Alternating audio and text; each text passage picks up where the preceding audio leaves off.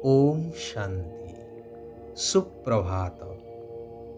एई मृत्यु लोकरु निजर बुद्धि को हटाई शांति धाम घर को फेरिबार पुरुषार्थ करुथिबा समस्त परमात्म प्रेमी श्रेष्ठ आत्मा मानंकु शुभ सकाळर शुभ अभिनंदन सुस्वागतम। घरु बाहर को जाई अनेक दिन पर पुनश्च घर को फेरिबा को थिबार समय जेते जेते निकटतर होउथाए फेरिबा बालार मन मध्य सेते उल्लसित हेउथाए। जेबेठारु दिन धार्य हो जाइथाए फेरिबार सेबेठारु अन्य केउ आड़े मन लागे नाही। घरर सदस्य गाँ रास्ता घाट बंधु बांधव इत्यादि समस्ते मने पड़ी जाइथांती। यह प्राय समस्तंकर अनुभव थिबो। पुनश्च जेतेबेले नूतन घरटिए तैयारी हेउथाए ता प्रति मोह बढ़ी जाइथाए एवं पुराणा घर ठारू धीरे धीरे आग्रह कमिबाकू लागि थाए। मन सर्वदा अस्थिर होउथाए किपरि नुआ घर संपूर्ण हेबो एवं आमे सेठाकू जीवु। वर्तमान एई सारा विश्वर मध्य सेई अवस्था आसी जाइछि। एबे एही पुराणा कलिजुगी दुनियार महाविनाश निश्चिंत भावरे हेबो। एई नाटक एबे पूरा हेबाकू जाउछि। एबे समस्तंकु मूल घर ब्रह्मलोक बा शांति धाम को फेरिबाकू ही हेबो। तेणु निजर अवस्था को भल रखिबा पाई अमृत बेला बा ब्राह्म मुहूर्तरु उठी एकांतरे बसी विचार करिबा दरकार जे मु आत्मा अटे। एबे घर बाहुडार समय मते फेरिबाकू हेबो। परंतु शास्त्र रे एही कलिजुगी दुनियार आयुष आहुरी 40,000 वर्ष बाकी अछि बोली लेखिदेबारु समस्ते भ्रमित हो जाउछंती। अनुभव करुछंती कि दुनिया विनाश निश्चय हेबो। परंतु शास्त्र को मान्यता देई सही कथारे भ्रमित हेबा कारणरु एई पुराणा दुनिया ठारू बुद्धि हटु नाही कि मूल कथा बा मूल घर आत्मिक घर बा शांति धाम मने पड़ु नाही कि नूतन दुनिया अर्थात सत्य जुगी स्वर्ग दुनिया मध्य बुद्धि रे आसु नाही। भगवान कहउछंती मो उपरे पूरा पूरा बलि चढ़ी जाओ। भक्ति रे काशी कलबट खाउथिले ना, ताहा तो शरीर को नष्ट करिबा अर्थात जीवघात करुथिले। किंतु तुमको बुद्धि सहित मो उपरे समर्पित होई निमित्त होई सबु किछि संभालिबा को हेबो। एठारे मरिबार कौनसी कथा नहीं। मरिबा अर्थात बुद्धि सहित एई पुराणा दुनिया पुराणा देहर संबंध आदि को भूली जिबा। बुद्धिर जोग केवल जनक सहित रहू एपरिकी निजर पुआ झिया बा अन्य कौनसी देहधारी मने न पड़ंतु। देहर अभिमान संपूर्ण तुटी जाऊ।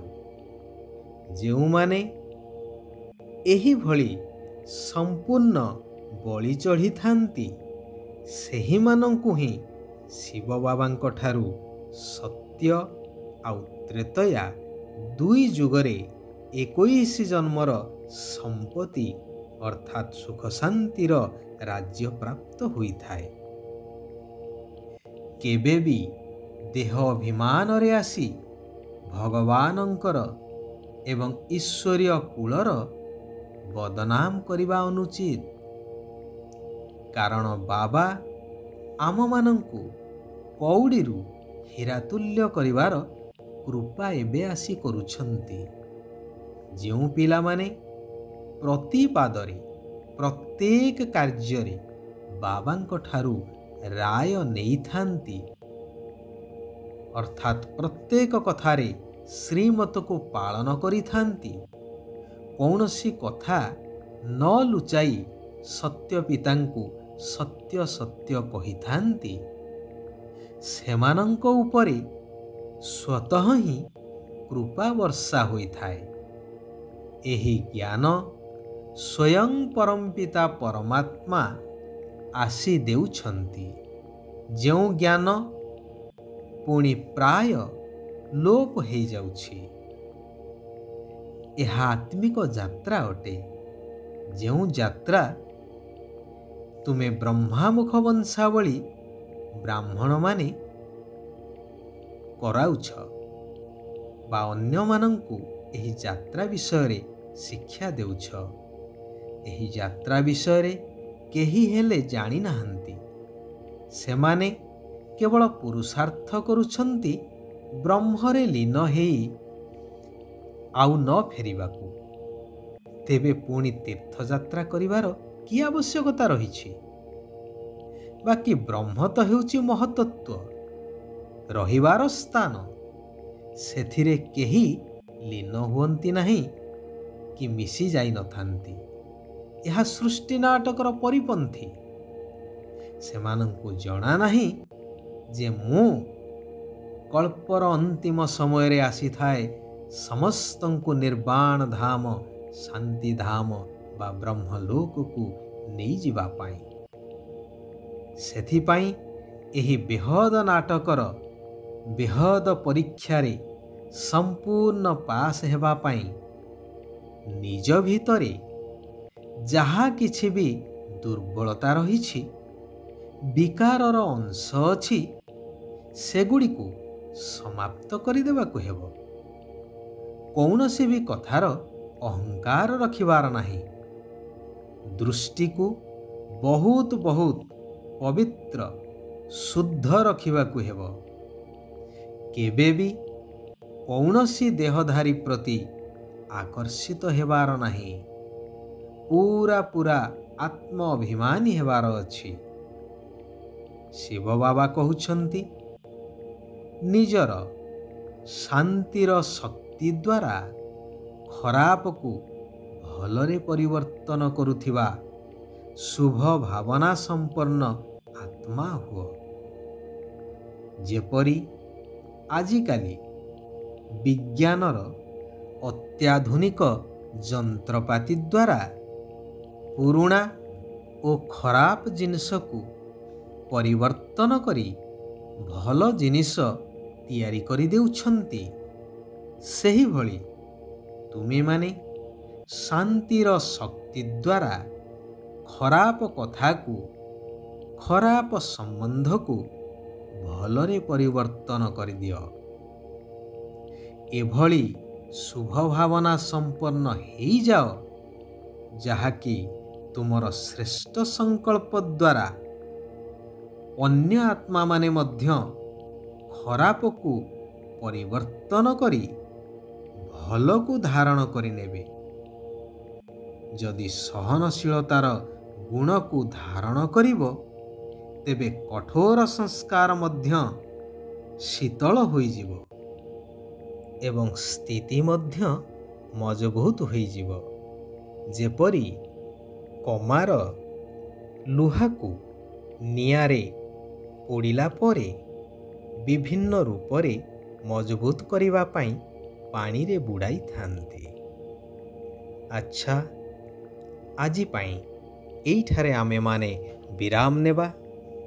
ଆସନ୍ତାକାଲି ପୁନଶ୍ଚ ଆମେମାନେ ଏକତ୍ରିତ ହେବା ସେହି କଲ୍ୟାଣକାରୀ ପରମାତ୍ମା ପିତାଙ୍କର ଆଉ କିଛି କଲ୍ୟାଣକାରୀ ମହାବାକ୍ୟକୁ ଆଲୋଚନା ମାଧ୍ୟମରେ ଧାରଣ କରିବା, ନିଜ ଜୀବନକୁ ପରିବର୍ତ୍ତନ କରିବା ସହିତ ସାରା ବିଶ୍ୱର ପରିବର୍ତ୍ତନ କାର୍ଯ୍ୟରେ ନିଜକୁ ସହଯୋଗୀ କରିବା। ସାରା ବିଶ୍ୱର ଆତ୍ମାମାନଙ୍କର କଲ୍ୟାଣ ହେଉ।